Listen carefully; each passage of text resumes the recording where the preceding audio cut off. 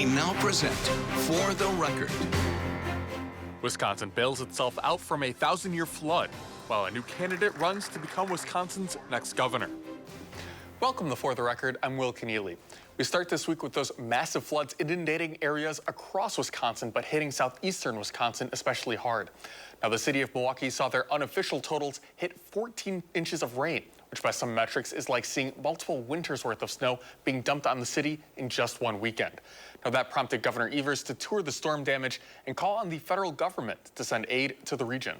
The need here is clear, and the need here is significant, and we need to get this done. We're pushing the president and FEMA in Washington, D.C. to do this as quickly as possible.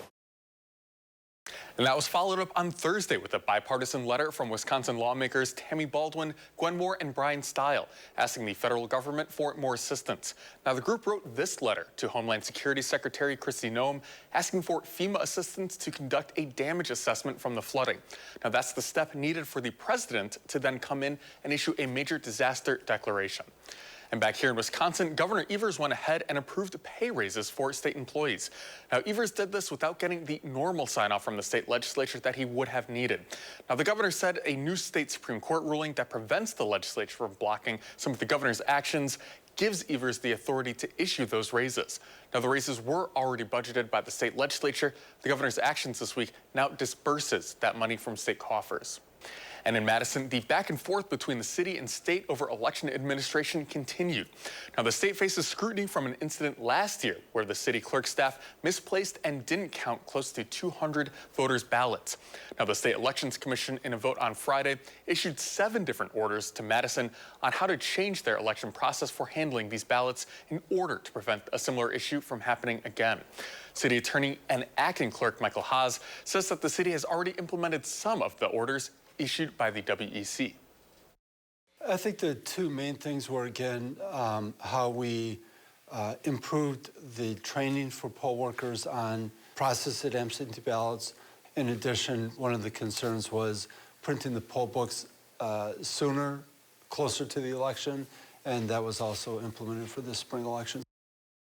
And staying with Madison, the city's Police and Fire Commission this week interviewed the 3 finalists to become Madison's next police chief. Former Police Chief Sean Barnes left earlier this year to take the top job on the Seattle force. Now, the 3 finalists are the current interim police chief, the captain of training in the department, and the assistant police chief in Milwaukee. What is the role of local police in enforcing federal immigration laws? For immigration laws, it's like I said, it's under the jurisdiction of the federal government. When it comes down to our immigrant population, some of the negative effects that if local law enforcement are enforcing immigration laws, you have our community not participating fully in their civil process. If we're true to the tenets of community policing, then we're going to work to ensure that our services are inclusive of everyone in the community. And for that reason, we will not arrest, we will not contact, detain, or investigate anyone for the sole purpose of the enforcement of immigration law or investigation of immigration status laws. We have a long-standing commitment to community policing within the city of Madison and committed to providing high-quality police services that are accessible to all members of our community. And enforcing federal immigration laws is going to deteriorate that trust that has taken years to build up. In an update now, federal immigration officials tell us that they have arrested a woman accused of killing 2 teens in a wrong-way crash in DeForest last month. Now, the woman was released on bail from the Dane County Jail on Wednesday and shortly thereafter was arrested by ICE. Federal officials had issued a detainer against the woman, which the Dane County Sheriff had initially denied. Now, according to ICE, though, Dane County officials did give them notice for her release, but it was less than an hour's heads up. Now, after her arrest by ICE, a Dane County judge raised the bail for that woman and issued an order to return her to Dane County custody. As of Friday, though, she remained in ICE custody in the Waukesha County Jail, according to reporting from the Milwaukee Journal-Sentinel. Now, at the same time, this comes amid a crackdown on crime in Washington as President Trump took over control of the D.C. Metro Police and deployed National Guard troops there as well. Now, for more on this, we're joined by CBS News correspondent Scott MacFarlane. So I first want to ask what the latest going on in Washington is right now. We have National Guard troops now officially in deployment mode. There's about 800 of them or so spread across the nation's capital. The military Humvees are through neighborhood streets, so that's a sight you don't see in America.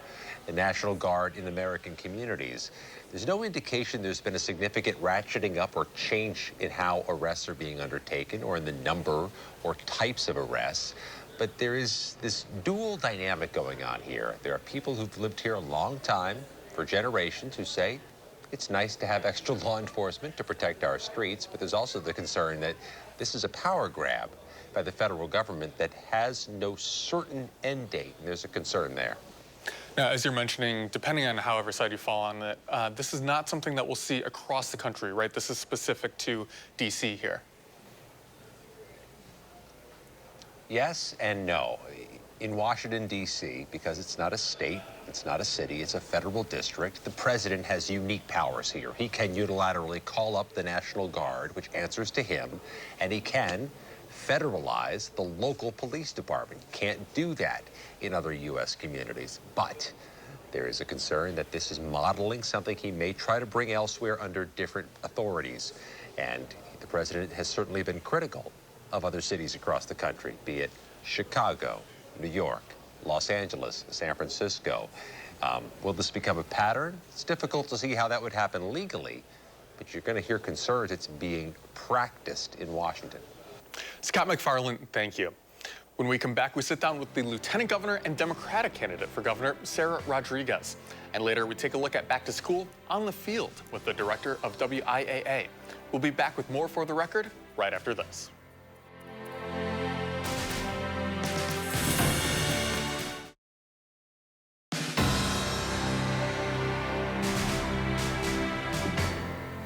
Welcome back to For the Record. When Governor Evers announced that he would not seek a third term, that sent some shockwaves through Democratic politics. Among a possibly crowded field, who would run to replace him? Well, that first major candidate to step in the ring, Wisconsin's Lieutenant Governor Sarah Rodriguez.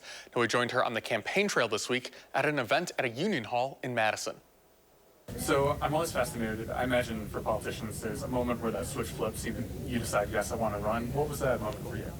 For me, honestly, it was when Trump won the election. I thought, you know what, we're going to need leadership in Wisconsin, and we're going to need somebody who is stable and can keep things calm as opposed to the chaos that's going to be happening in Washington.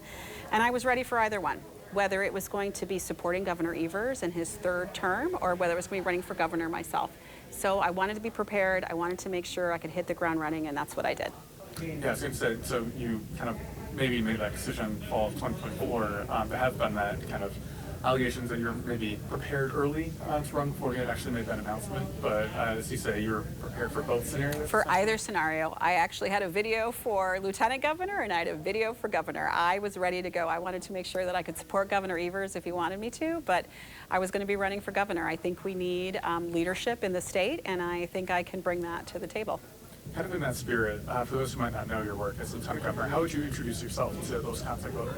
So I actually never thought that I would be in politics. It was certainly not on my plan to be able to do this. It's not my family business. I have been outside of the political realm for many more years than I have been in it. I'm a nurse by background, but I've also been an executive within a large healthcare system and a vice president at a Fortune 100 company. So I have that outside experience as well as elected office as an assembly member for 2 years and then as lieutenant governor. So I know both sides of the coin. You know, how you work outside in the regular jobs. I've been a nurse in an emergency department, as well as how policy gets made and how the administration works. So you're the first Democrat and, well, essentially the first Democrat in. Well, we're expecting possibly more candidates to hop in. What would you say to your possible opponents, and then also how is it work together to get the job done? For me, I think it is great to have a primary, an open primary, so we can talk about the issues. And then the primary voters can decide who they want leading the party for the Democratic Party, and then in the general, who they're going to want to lead the state.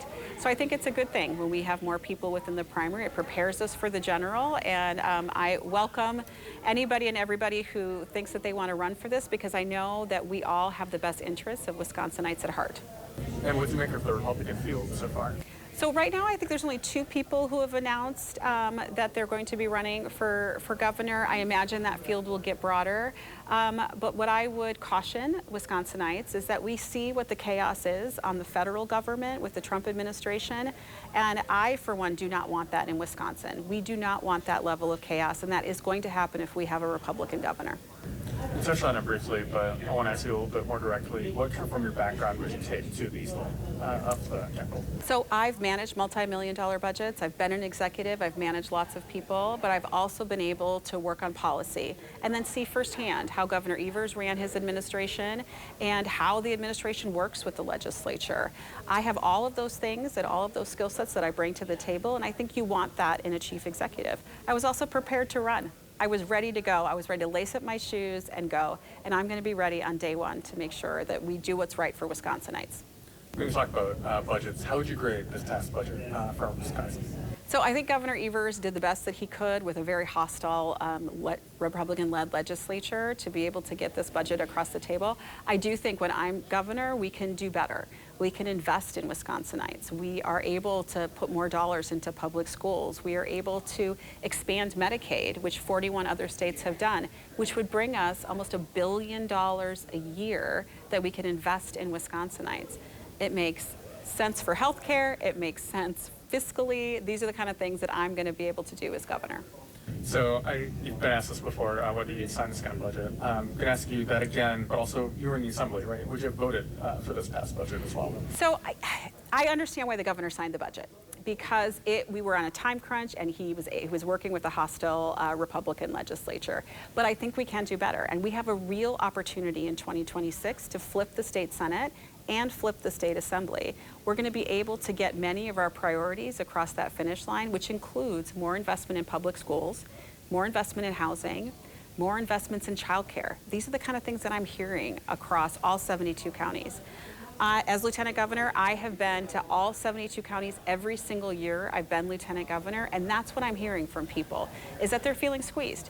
They're trying to do everything right, and they just can't get ahead, whether that's healthcare, housing, childcare, schools, any of those things. And that's the kind of things I'm going to focus on as governor. So I imagine Democrats might be in a little bit of a rebuilding phase post-2024. I mean, Democrats have had some wins, certainly, since the April hurricane wall. Has there been anything recently that Democrats have done, either locally or nationally, that you would disagree with, that you want to kind of chart a different course for Wisconsin?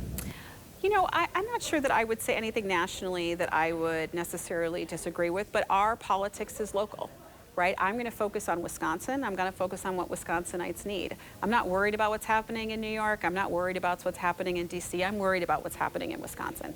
I guess then locally, for any Wisconsin Democrats, kind of the course that has been tried recently, is there anything that you'd be doing differently?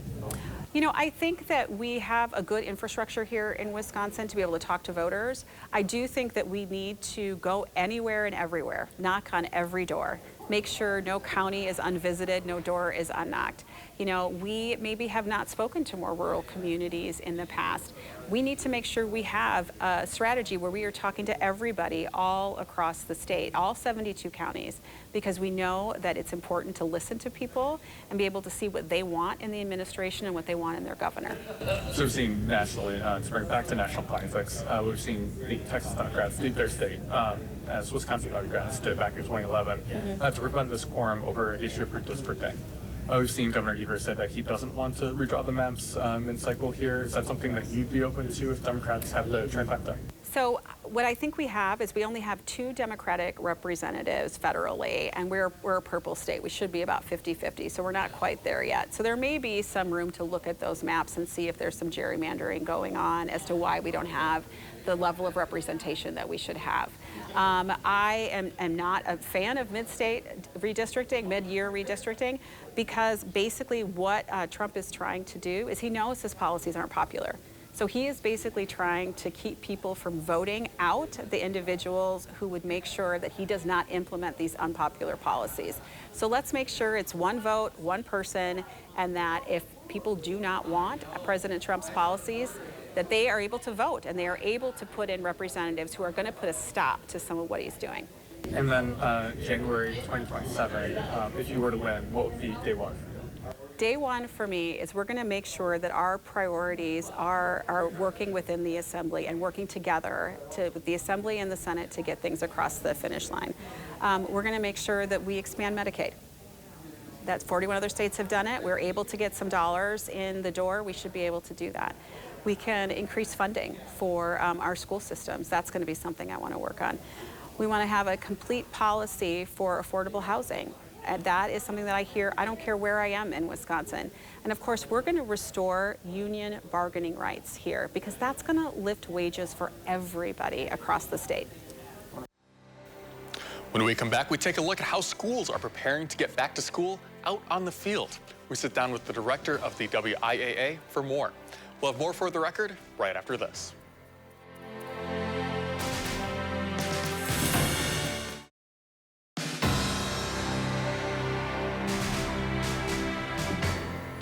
Welcome back to For the Record. For many students in Wisconsin, the end of the summer means a return to the fields before they enter classrooms. And the Wisconsin Interscholastic Athletic Association, the WIAA, has introduced a new foundation to assist schools with those athletics. Now, for more on this, we spoke with Stephanie Hauser, the director of that organization. Can you describe a little bit of the work of the foundation here? Well, the WIA Foundation just launched. We just had our very first meeting in August. They will meet quarterly. And so this has been a vision really truly for the last 4 years is the creation of a WIA Foundation, which is a means for giving and receiving completely different, but related to what the WIA does. So to see it finally be launched and ready to go, we're very excited about this. So this seems similar to what you might expect from an individual program's booster club. Is that a fair analogy? That's a great analogy, really. There are several other state associations, probably about 24 across the nation, that also have a foundation in conjunction with their state association. So very similar to what a booster club does. They raise additional funding for things that, the normal budget can't cover, or special projects, special leadership activities, coach and athletic director professional development opportunities. Yeah, things that school budgets really normally just can't cover anymore. So there are certain areas of focus for the foundation, for instance, risk minimization. Why the focus on something like that, and why is it so important to focus on? Well, there are 3 areas that the foundation really is focusing on. One is the development of officials. One is risk minimization, but then also athletic programming. So there are many different types of grants that the foundation foresees falling into one of those categories or those focus areas. Things like scholarships for student athletes, improvements to facilities. And again, this is where this risk minimization may come into play. Equipment shortages, maybe a school really has been wanting to purchase new equipment for one of their teams and hasn't been able to as of late, and their equipment's getting outdated. So those would be kind of some of those areas that would fall into the risk minimization.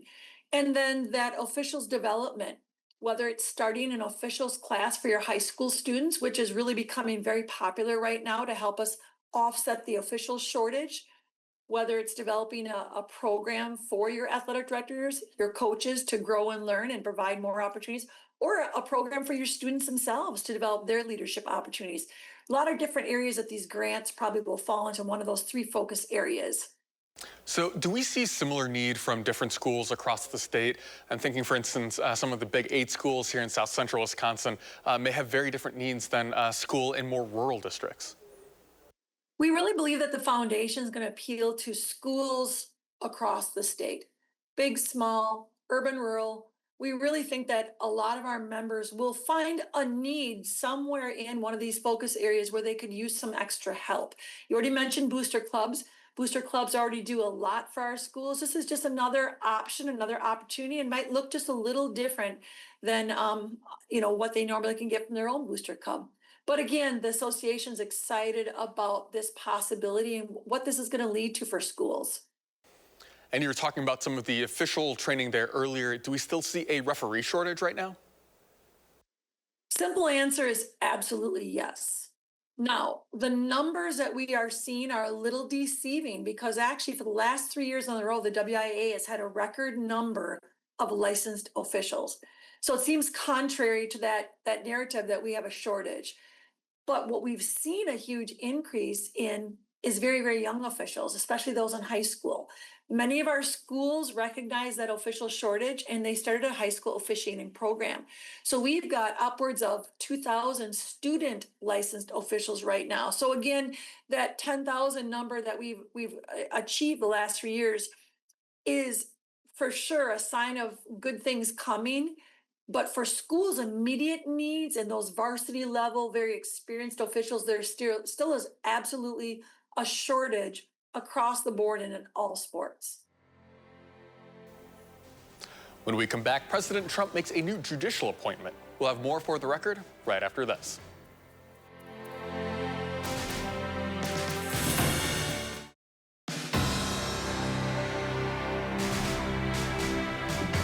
Welcome back to For the Record. A final note from Chicago this week in the federal circuit court housed there, which covers parts of the Midwest, including Wisconsin. Now, President Trump has nominated Rebecca Tableson to the bench. Now, she will replace Judge Diane Sykes, who will go on senior status in October. Now, Tableson is among the candidates both of Wisconsin Senators Tammy Baldwin and Ron Johnson submitted to the Trump administration. Now, she will need confirmation, though, from the U.S. Senate. Now, a reminder that you can watch full episodes of the show as well as expanded interviews on our website at channel3000.com under the For the Record tab. That does it for us this week. I'm Will Keneally. Have a great rest of your weekend.